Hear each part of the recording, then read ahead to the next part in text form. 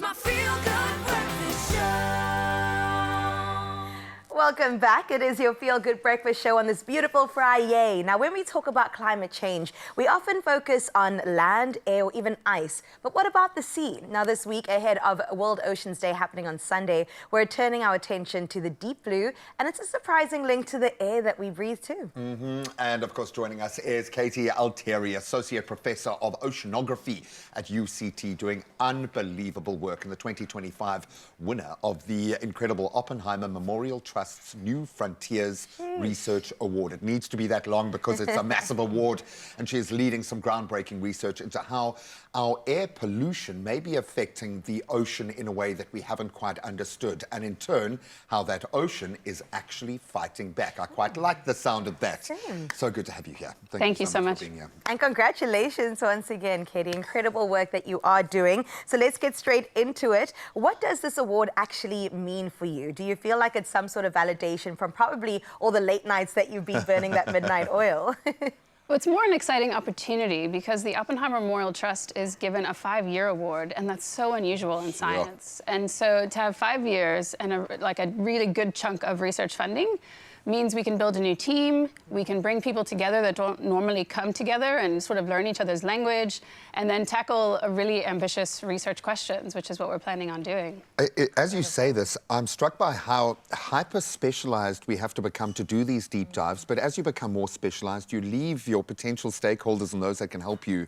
How much of a difference does it make to have this kind of funding to go all in and do something like this, as opposed to how you'd have to grind every day to get to the same results? 100%. I mean, it's amazing that as an atmospheric scientist, and I work with oceanographers, we speak a completely different language. I mean, you would think, how different can you really be? But in reality, it's actually, we don't talk to each other a lot. We don't go to the same scientific discussions. Right. And so to have this time to build teams of atmospheric scientists, oceanographers, people who do numerical modeling, so like big computer simulations, and then people like myself, I go out and make measurements. We can come together, we can learn each other's language, and we can try to tackle something from different angles, which is really how you get to the big scientific questions. Where the magic is, the 100%. Quantum spaces in between. Sorry to use that word. All right, yes, you're using big words here. Forgive my ignorance. But Casey, you have to sort of explain to me how air pollution affects the ocean. And as Grace says, how the ocean fights back. How does this all actually work? Yeah, so everything we do as humans, we release things into the atmosphere. And this nitrogen that we release into the atmosphere, it actually can go way up high and go off and be deposited or settle on the ocean.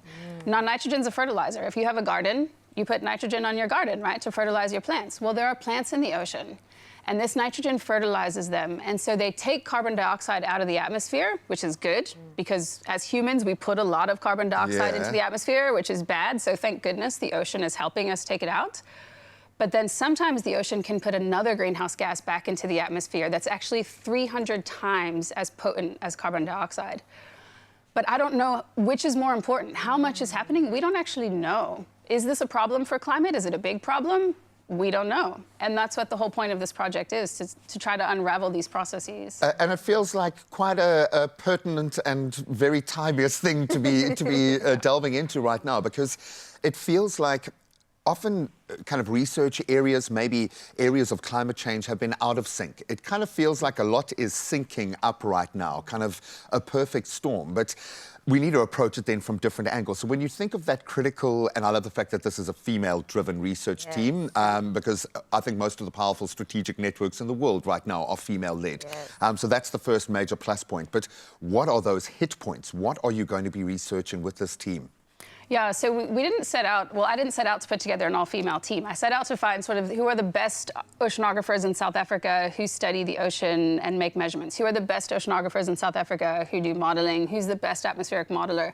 And all of a sudden it was an all-female team, because that's the best of who we have here in South Africa. Thank you very much. And so those are the big touch points, is being able to do observing the atmosphere, observing the ocean, but you can't be everywhere all at once, right? And we want to say something big, and so that's why we have to bring in the modelers, the people who crunch the numbers and do these simulations.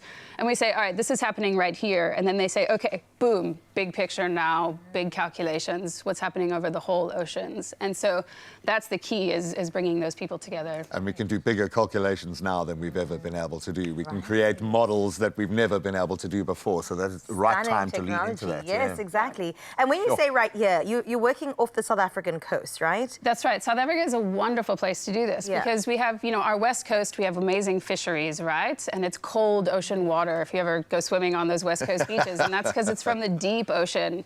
And so it's really productive. But if you keep sailing off, you hit the South Atlantic where there's very little biology. And then on the east coast of South Africa, we have the Indian Ocean, which is, again, a totally different system. Right. So just by staying in our local waters, we can kind of see the impact of air pollution on very different ocean systems. That's incredible. And then this extends, then we can say to the rest of the world, hey, this is probably what's happening off your coast, and this is what's happening off your coast. And then as South African scientists, we can be the leaders on this research. Come on, that's amazing. Is the onus on sharing information now? Is the onus on connecting to our own little ocean space, our little wild blue space? How can we aid your efforts? I think the most important thing is, the whole reason that we can live on Earth as humans is because we have an ocean. If we didn't have an ocean, the equator would get so hot that it would be unlivable, and the poles would be so cold that that part of the world would be unlivable. But the ocean moves heat and things around for us. This is why humans can live here. The most important thing is then to take care of the ocean that we have. And it's there. It's right in front of us. We market it. We benefit from it. We plug ecotourism into. We do all of these things. But what is actually benefiting the ocean? So chuffed. And incidentally, that was her gloating about the all-female team. As humble as she is, that was about as far as she will go with a gloat. So we'll gloat a little bit more about this incredible team doing, I think, unbelievably vital work at the most important time. And with World Ocean Day now fast approaching, it's on Sunday, we've established, which is the 8th. Not just an opportunity, obviously, to share information, but do something. And that can be something as small as a beach cleanup. Just take your kids out and show them, get them to experience, get them in the water so we can create that emotional connection. And you've got that in spades. So thank you so much for sharing that with us. Thank you so much.